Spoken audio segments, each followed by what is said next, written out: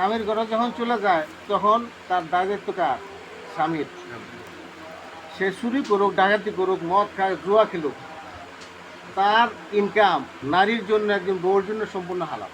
এটার জন্য কিন্তু আল্লাহর কাছে জবাব দিতে হবে না, যে তোমার জামাই মদ খাইয়া, জুয়া খেললা, খারাপ কাজ কইরা যে উপার্জন কইরা তোমারে খাওয়াইতেছে, এটা তো তোমার জন্য হালাল না, সম্পূর্ণ একদম 100% হালাল। এটার জন্য খোদার কাছে তার জবাব দিতে হবে।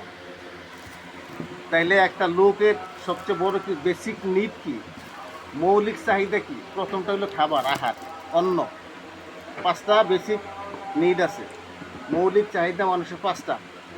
এর মধ্যে 1 নম্বর হলো খাবার, অন্ন, বস্ত্র, বাসস্থান, চিকিৎসা, শিক্ষা। 5টা মৌলিক জিনিস। এর মধ্যে এই 5টা জিনিসই স্বামীর ঘরে যাওয়ার পরে দায়িত্বটা কার? যদি শিক্ষাও গ্রহণ করতে চায় সেটার দায়িত্ব জামাই, যদি রাজি থাকে। অর্থাৎ মৌলিক যতগুলি জিনিস আছে সবগুলি দায়িত্ব কার? স্বামীর উপরে। তাইলে আমার মৌলিক চাহিদা যখন পূরণ হবে, আমার না থাক থাক থাক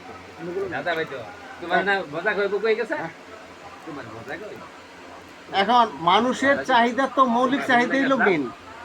আমার মৌলিক চাহিদা যখন পূরণ হয়ে যায়, তাইলে আমার আর কোনো দরকার আছে কিছু না। আমার যখন থাকা খাওয়ার ফ্রি, তাইলে আমার আর খরচ কি? তারপরে স্বামীর অংশ থেকেও হুজুররা একটু খেয়াল করেন, এই কথাগুলি কিন্তু অনেকে প্রশ্ন করে। আমি যেহেতু এই লাইনে আছি, আমার কাছেও প্রশ্নগুলি করছে, যার কারণে আপনাদের উপস্থিত রেখে কথাগুলি বলছি। এখন আমার যদি থাকা খাওয়া চলা ফেরা সব কিছু ভরণ পোষণ সব কিছু আমার ফ্রি থাকে, তাহলে আমার আর দরকারটা কি? তারপরে আবার স্বামীর ঘর থেকেও তার অংশ থাকে, অংশ পাচ্ছে, আবার বাপের বাড়ির অংশ, তাহলে এইটা ফ্রি না হয়ে গেছে? তাহলে এইটা বোনাস না? এই যে বিধর্মীরা হারামদা দ্বারা কয় নারীরে বৈষম্য করা হয়েছে, এটা মোটেও বৈষম্য, বরং তাদেরকে উচ্চ মর্যাদা দেওয়া হয়েছে। হ্যাঁ, আর এই যে তাকে একটু বলেই ফেলাই, কারণ আমি মানে বড় হয়ে যাবো আলোচনাটা, এই কারণে বলি নাই। এই যে আদালতে নারীর অর্ধেক এই যে সাক্ষী, মানে একজন পুরুষের সঙ্গে 2জন নারীর সাক্ষী।